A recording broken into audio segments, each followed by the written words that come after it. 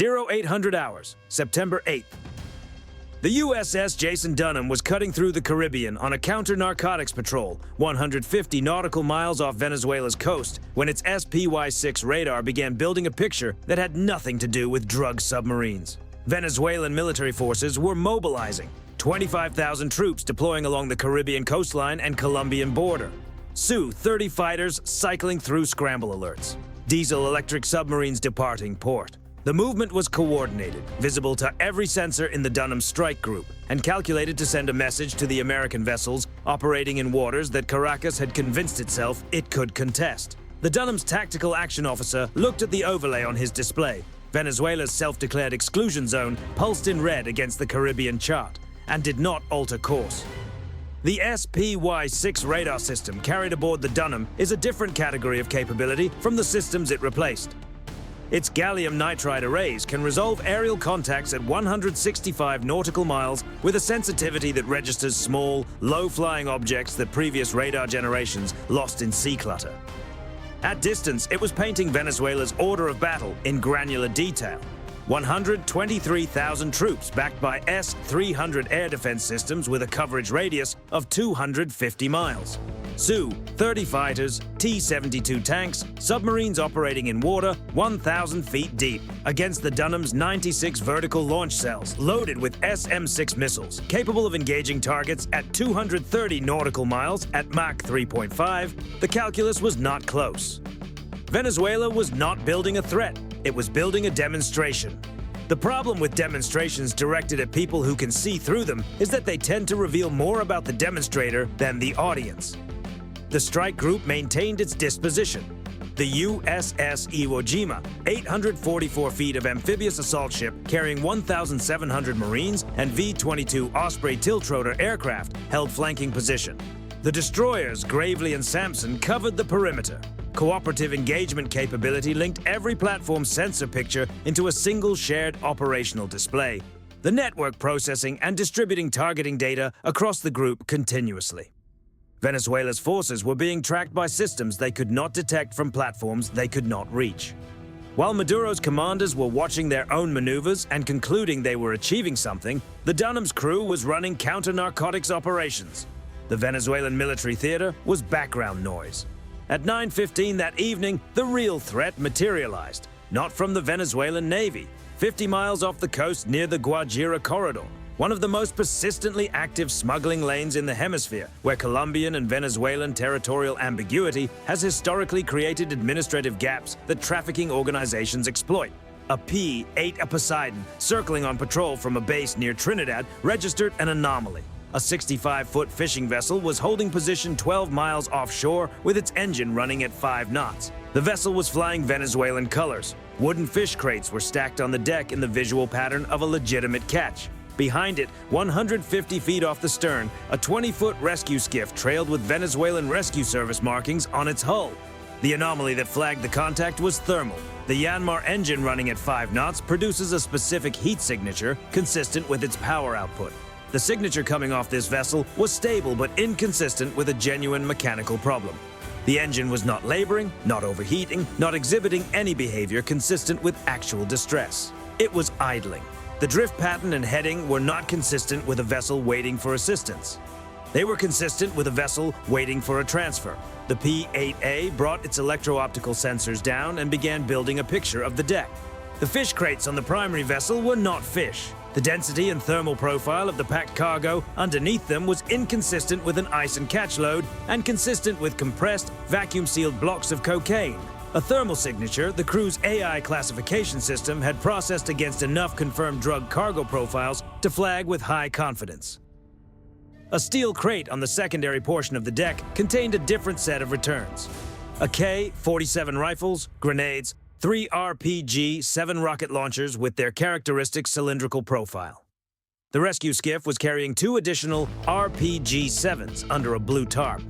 2 F-35s holding high patrol altitude received the contact data via Link 16 and descended to 60 meters for a confirmation pass. Their AN/APG-81AESA radars and electro-optical sensor packages cross-referencing the imagery against the P-8's feed. The confirmation came back clean. The USS Cole, an Arleigh Burke-class destroyer 18 miles from the contact, received the targeting package and began closing.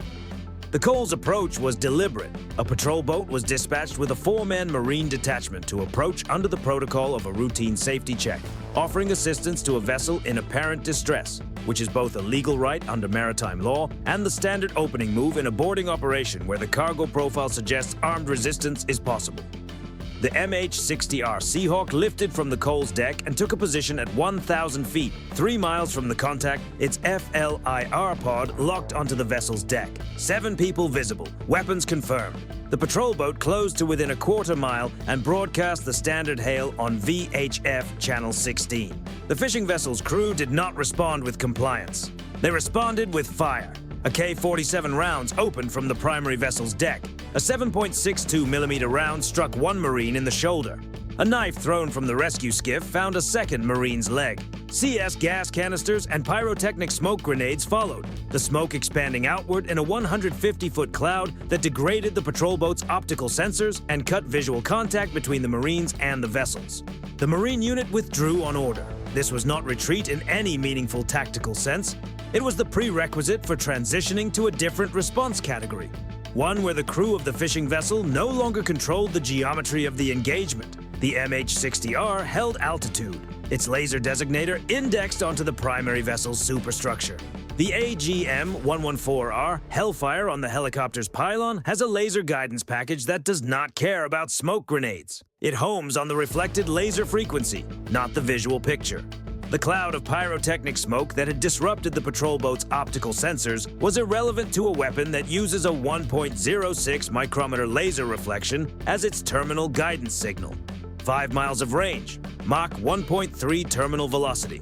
Circular error probable measured in feet.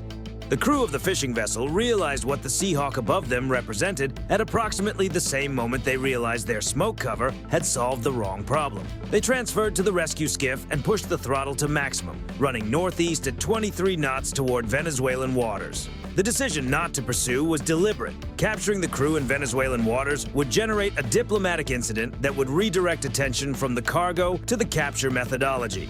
The individuals in the skiff were secondary to the mission. The cargo was the mission. The Hellfire left the Seahawk's pylon and covered the distance to the fishing vessel in slightly over 3 seconds. The fragmentation warhead detonated on impact, the blast tearing through the wooden and fiberglass superstructure, igniting the fuel tanks and sending the cocaine cargo, hundreds of kilograms compressed into plastic-wrapped bricks, scattering across the surface in a debris field visible on the MH-60R's FLIR, as scattered white against the dark water. Oil spread in a slick reflecting the moonlight. The vessel burned and settled. Venezuela picked up the explosion signature on their monitoring systems within minutes. And Su-30 MKV was scrambled from a coastal base, its AL-31F engines climbing to Mach 2 on an intercept heading toward the USS Cole. A Mi-17 helicopter followed with a high-intensity xenon spotlight system, sweeping the debris field from low altitude. Wooden fragments, steel plating, white powder distributing across the surface, a tattered Venezuelan flag tangled in floating wreckage. The Su-30 pilot arrived at the scene and made a decision that his commanding officers would spend the following weeks explaining away. He activated his BARS radar, locked the USS Cole, and fired a KH-31A anti-ship missile. The KH-31A is a supersonic anti-ship weapon with a ramjet propulsion system that accelerates it to Mach 2 in terminal phase. Against an undefended surface vessel, it is lethal. Against an Arleigh Burke-class destroyer equipped with Aegis combat management, SPY-1D radar, AN/SLQ-32, V, 6 electronic warfare suite, and standard missile interceptors with the entire engagement coordinated via Link 16 through a P-8A Poseidon providing continuous tracking data from altitude. It is a targeting exercise. The Cole's electronic countermeasures activated the moment the KH-31A's seeker radar came online, flooding the missile's guidance frequencies with jamming, while the Aegis combat management system calculated an intercept solution. An SM-2 interceptor left the forward VLS cells on a calculated intercept vector. The KH-31A was destroyed in flight over open water. The debris fell into the sea without reaching the Cole's defensive perimeter. The Cole completed a turn and resumed its patrol heading. The U.S. Navy transmitted a message to Venezuelan military channels on official frequencies. The vessel destroyed was a drug trafficking platform operating under false Venezuelan colors, carrying narcotics and weapons, whose crew opened fire on U.S. military personnel after refusing to comply with a lawful boarding request. The rescue skiff from that vessel had been recovered in Venezuelan territorial waters, confirmation of origin that Venezuelan authorities were now in possession of.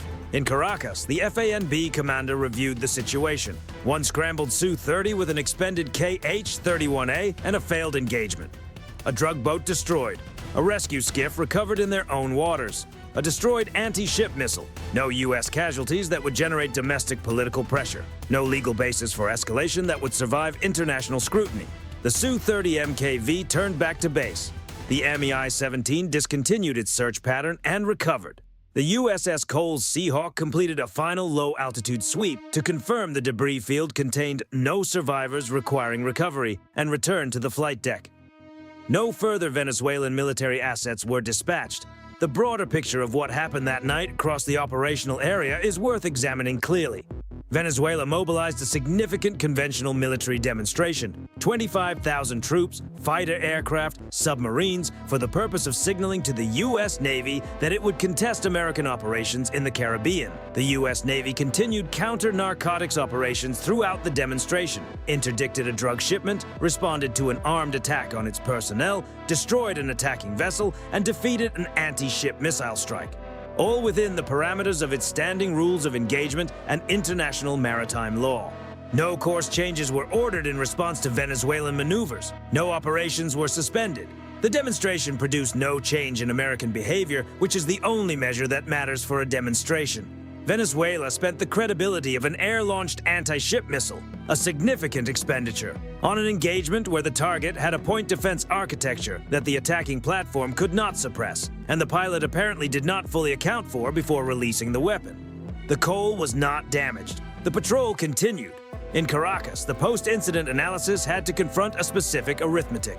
Venezuela had committed its highest readiness conventional assets to a confrontation in waters where those assets were comprehensively outranged, out-networked, and outmaneuvered by a force that did not pause its primary mission to respond to them. The KH-31A is not a cheap weapon. Its loss in a failed engagement against Aegis air defense in front of P-8A, surveillance that recorded every parameter of the engagement for later analysis, cost more than the missile's procurement price.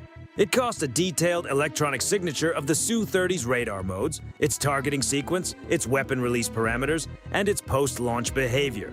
That data went into the Link 16 network and will be available to every platform that encountered it, or might encounter a similar system in any future engagement.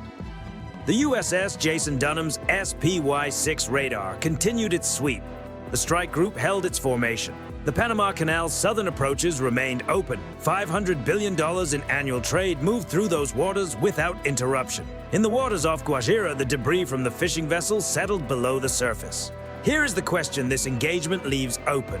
Venezuela's conventional military response to a counter-narcotics operation suggests a command environment where anger is influencing tactical decisions faster than strategic calculation can catch up. What are the conditions under which that pattern produces an escalation that neither side can manage back down from? And is there a version of this where the outcome is different? Leave your analysis in the comments below.